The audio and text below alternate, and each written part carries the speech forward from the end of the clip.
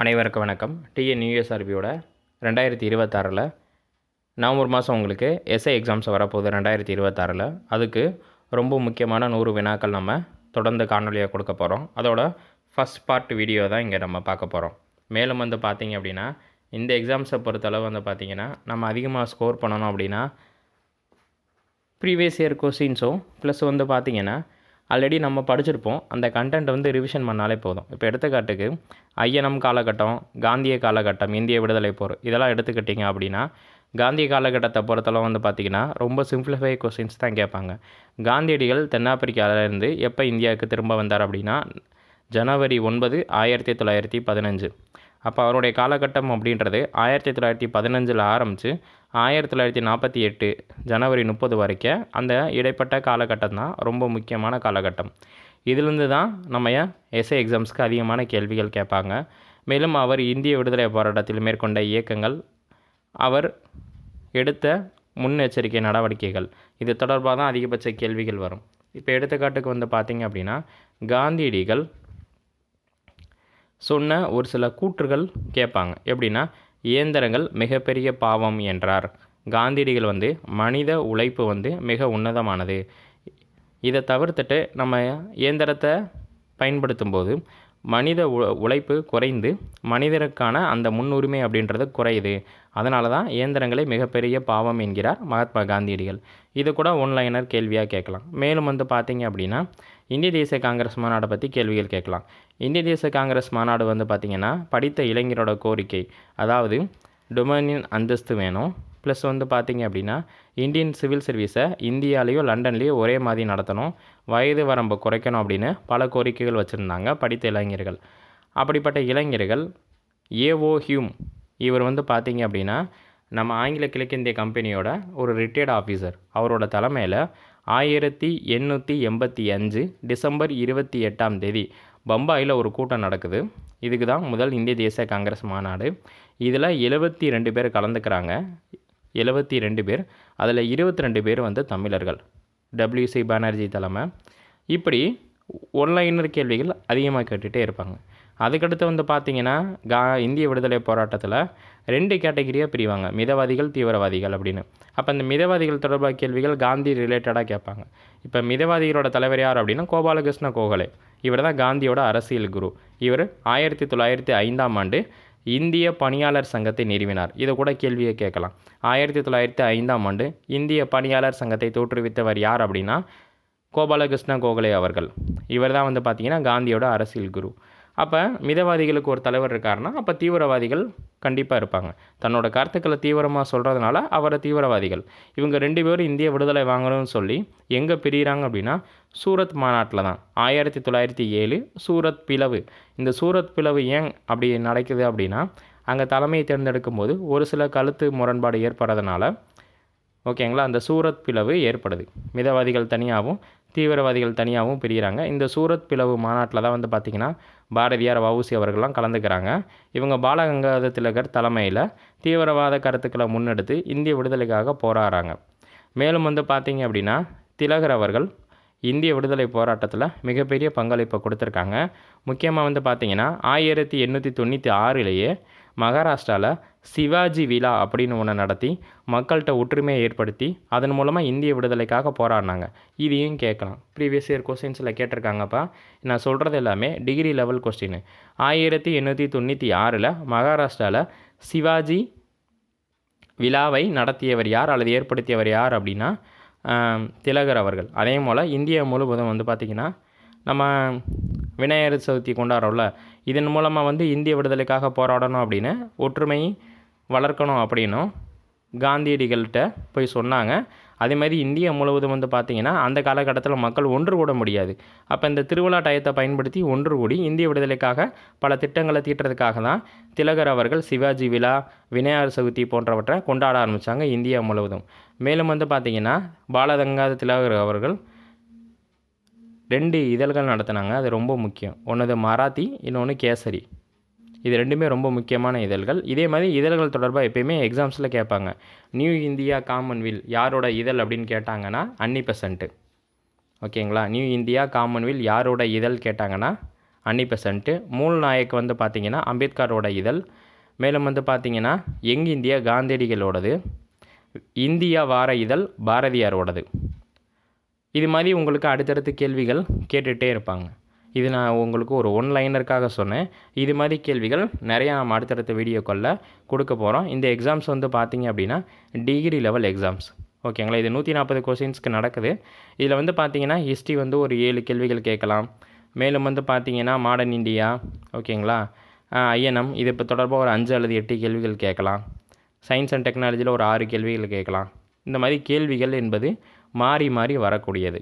அப்போ நம்ம என்ன செய்யணும்னா இந்த எக்ஸாம்ஸை பொறுத்தளவு வந்து பார்த்திங்கன்னா பாடத்திட்டத்தை டவுன்லோட் பண்ணி நம்ம ஓனாக நோட்ஸ் எடுக்க ஆரம்பிக்கணும். ப்ளஸ் ப்ரீவியஸ் இயர் கொஸ்டின்ஸை நம்ம கோத்ரூ பண்ணி என்னென்ன யூனிட்லேருந்து என்னென்ன கேள்விகள் கேட்டாங்க அப்படின்றத நம்ம தெளிவாக பார்த்தாலே உங்களுக்கு ஓரளவு ஒரு ஐடியா கிடைக்கும். இப்போ முன்னோட்டமாக ஒரு சில கொஸ்டின்ஸை நான் உங்களுக்கு கொடுக்குறேன். இப்போ இந்த கொஸ்டின்ஸை பாருங்களேன். ஒரு சயின்ஸ் கொஸ்டின்ஸ். ஏபிஓ இரத்த வகைகளை முதலில் கண்டறிந்தவர் அல்லது கண்டுபிடித்தவர் யார் அப்படின்னு. அப்போ இரத்த வகையை பொறுத்தளவு ஏபிஓ, இதில் ஓ கேட்டகரி இருக்குது பாருங்கள், அனைவருக்கும் இரத்தத்தை கொடுப்பவர் அப்படின்னு சொல்லுவோம். ஓ பாசிட்டிவ் வந்து யாருக்கு வேணாலும் இரத்தத்தை கொடுப்பாங்க. இதையும் கேட்கலாம். உலக கொடையாளர் அப்படின்னு சொல்லுவாங்க ஓ பாசிட்டிவ். அப்போ ஏபிஓ இரத்த வகையை முதலில் கண்டறிந்தவர் யார் அப்படின்னா லான்ஸ் ஸ்டெய்னர் மற்றும் லெவின். லான்ஸ் ஸ்டெய்னர் மற்றும் லெவின் அவர்கள் தான் வந்து பார்த்திங்கன்னா இரத்தத்தில் இருக்கக்கூடிய ஏபிஓ ஆகிய இரத்த வகைகளை கண்டறிந்தவங்க லான்ஸ் ஸ்டெய்னர் மற்றும் லெவின்.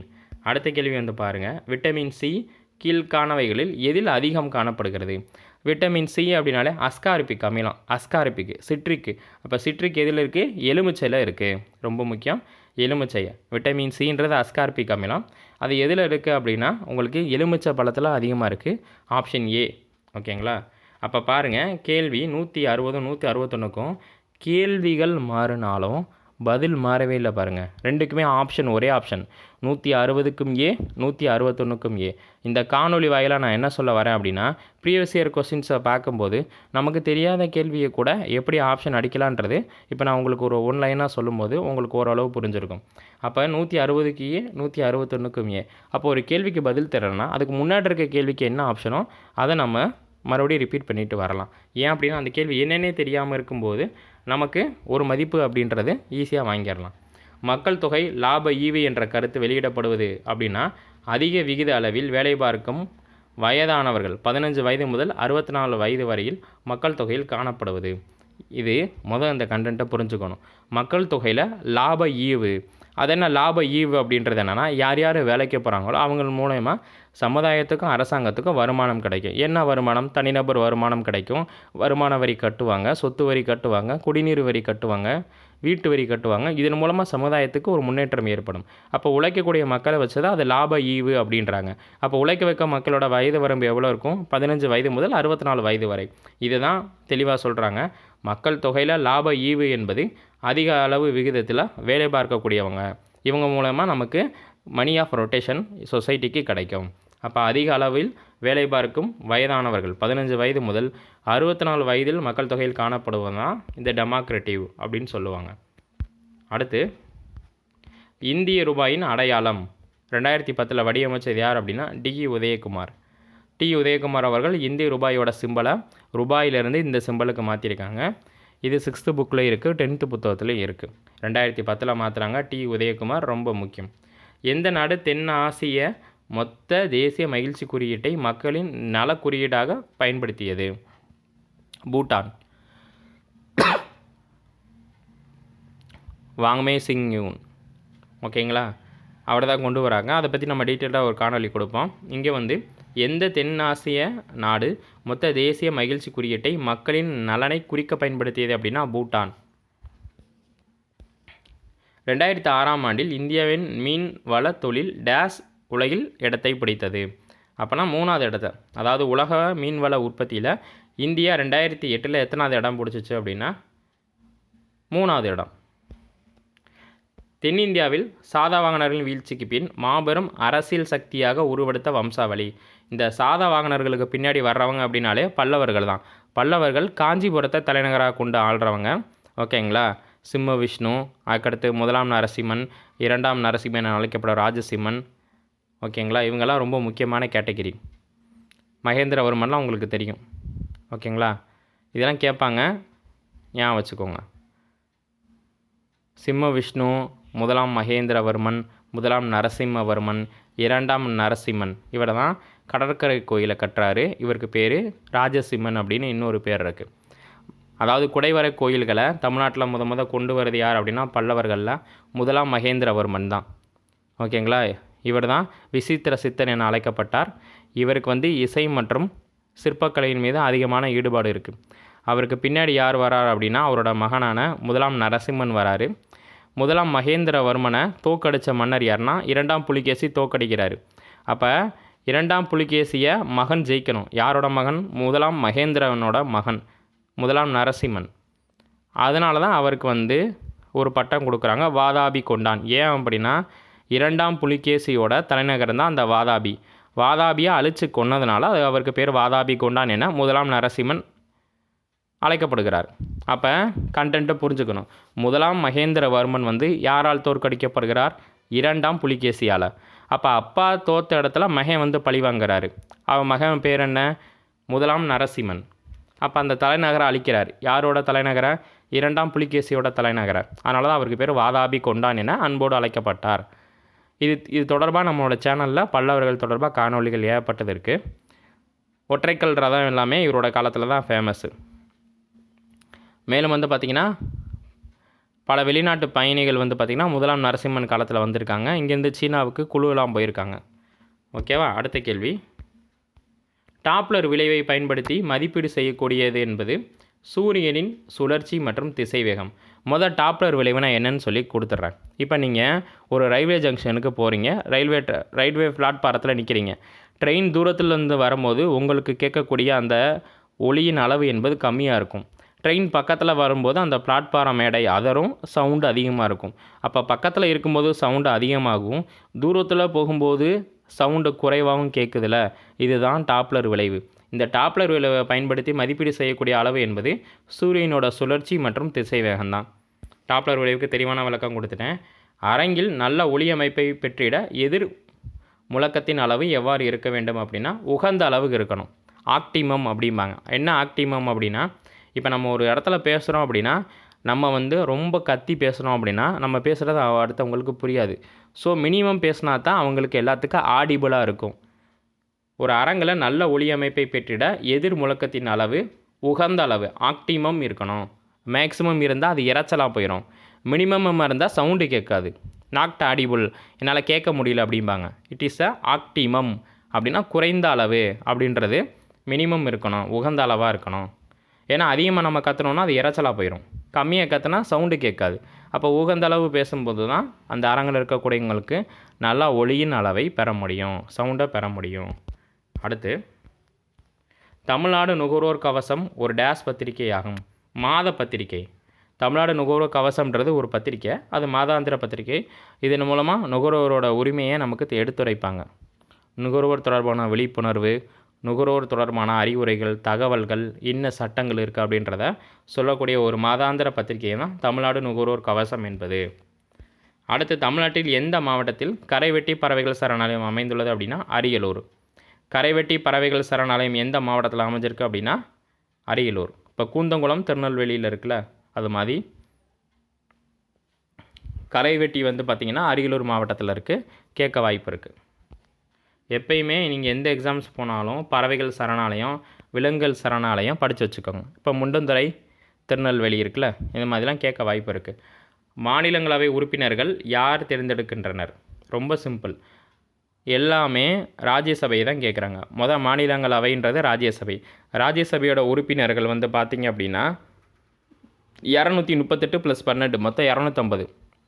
இந்த 238ல் தமிழ்நாட்டிலேருந்து பார்த்திங்க அப்படின்னா 18 நபர்கள் போவாங்க. இது எல்லாமே அந்தந்த மாநிலத்தோட எம்எல்ஏ. இப்போ தமிழ்நாட்டில் 234 சட்டமன்ற தொகுதிகள் இருக்குது. இந்த 234 சட்டமன்ற தொகுதியோட சட்டமன்ற உறுப்பினர் தான் ராஜ்யசபைக்கு நம்ம மாநிலத்திலேருந்து யார் செல்லணும் அப்படின்னு சொல்லி அவங்க ஓட்டளிப்பாங்க மறைமுகமாக. இதை தான் இங்கே கேள்வி கேட்டிருக்காங்க. மாநிலங்களவை உறுப்பினர்கள் யார் மூலம் தேர்ந்தெடுக்கப்படுகிறாங்கன்னா தேர்வு செய்யப்பட்ட மாநில சட்டசபை உறுப்பினர்கள். Elect by the state MLA. Elect by the state MLA option பியில் இருக்கிறது. அடுத்து, UPSC chairperson and members are appointment by. மத்திய பொது பணியாளர் தேர்வாரியத்தின் தலைவர் மற்றும் உறுப்பினரை நியமனம் செய்பவர் யார் அப்படின்னா கண்ணை மூடிட்டு சொல்லிடலாம் குடியரசுத் தலைவர் அப்படின்னு. நியமனம் அப்படின்னாலே குடியரசுத் தலைவர். மாநிலத்துக்கு ஆளுநர், இப்போ டிஎன்பிசிக்கு ஆளுநர், அது மாதிரி யூபிஎஸ்சிக்கு குடியரசுத் தலைவர். மத்திய பொது பணியாளர் தேர்வாரியத்தின் தலைவர் மற்றும் உறுப்பினர் நியமனம் செய்வது குடியரசுத் தலைவர். ரொம்ப முக்கியமான கண்டென்ட். இப்போ இதெல்லாமே அடுத்தடுத்த வீடியோக்களில் நம்ம தெளிவாக கொடுப்போம். நன்றி.